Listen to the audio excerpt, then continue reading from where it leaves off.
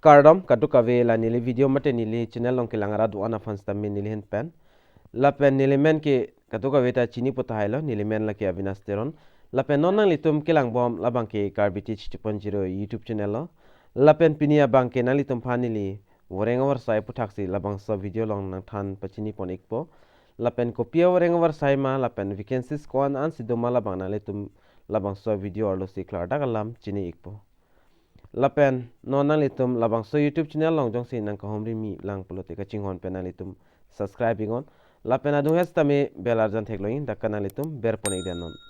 la lopulte monon pinili ajada son mate ajada video le labangso YouTube channel long upload tame nalitum kilong da pranya fon tangte padar de pen pini labangso warengwar sai puthakle thiek pen lang pononang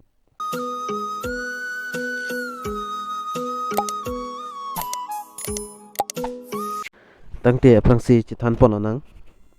National Health Mission mate NHM labangso record mena puthak lapenangli tumsta medak nang lang duniko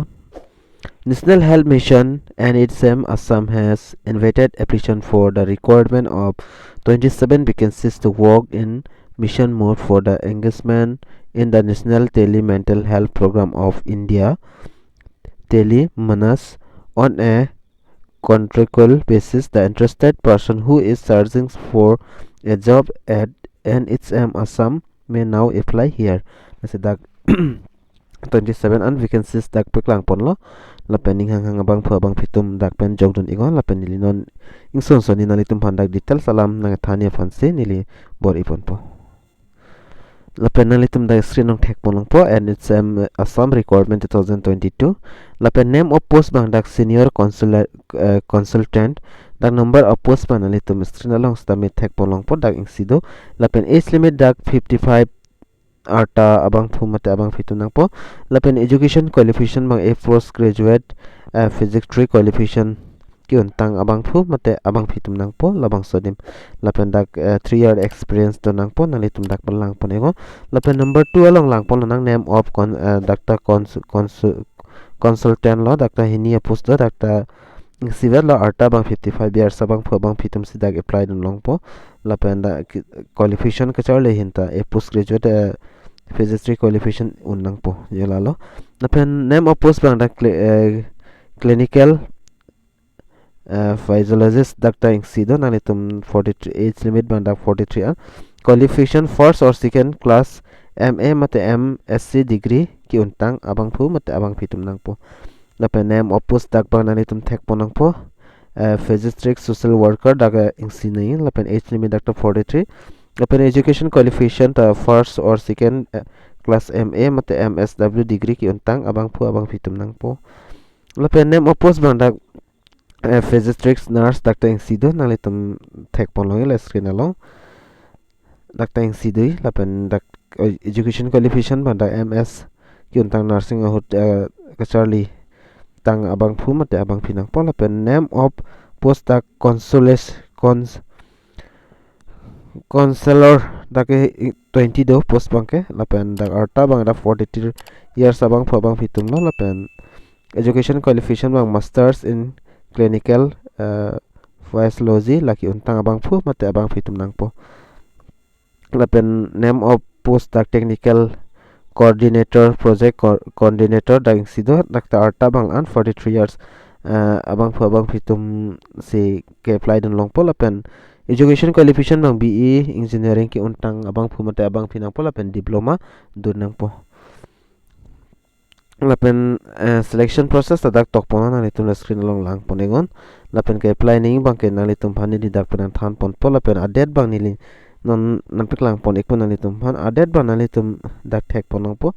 labang suppose ke klang labang ke dak 17 dani pen se cheng pon labang so cheklo December 2022 17 pen se dak cheng pon lapen last date labang so cheklo 31 ansi last date la sining hang abang phu abang phitum dak si jogdon ning hang pol nalitum try don igon lapen jogdon igon lapen ki jogdon nei nalitum labang so article long wang pol nalitum dak link bang long ikpo lapen notifications tame nalitum mate advertisement alus tame nalitum dak pen download ik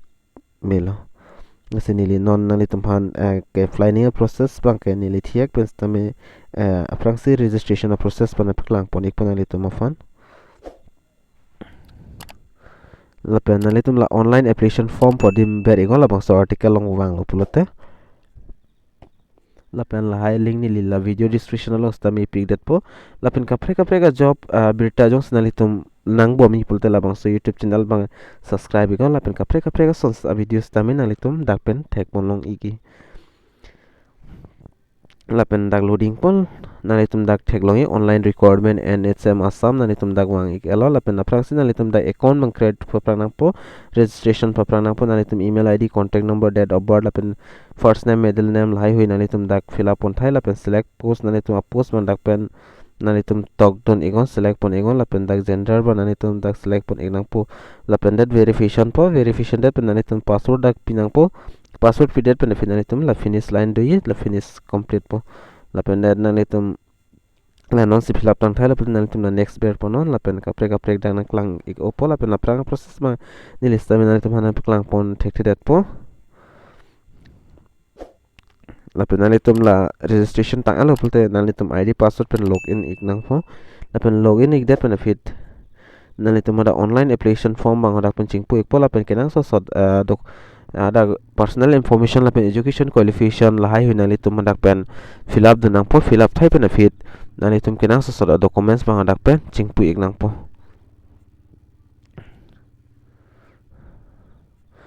lapen nalitum dak instruction nalitum dak pen thek monoi koson se ka fill up poning la so details nalitum la bangso PDF for file long stami nalitum long ik po dak thek long igi koson madak application form bang fill up ni tak nalitum kadok avi dak pen thek monlong ik thai po yolalo yala process la sining hang abang pho bang fitum nalitum jogdoni pule jogdon ik tame lapen video talang misen pule nalitum share ik thala pen mesen comment pi gon lapen la anso senili kapre update kewan ya fanili por ipo lapen labangso ningkan bang non ani do elo mante ki jutpo lasimo muning apartments tameni linon pen muning ko pp update si kewaing mala so puthak tameni linon ri ikbom lo mate nanitum labangso YouTube channel long stami thek polong iki tangte to me thak mi pinya video long mangla ancholo lasimo kapre ka video long chitong thana to me thak mi kardom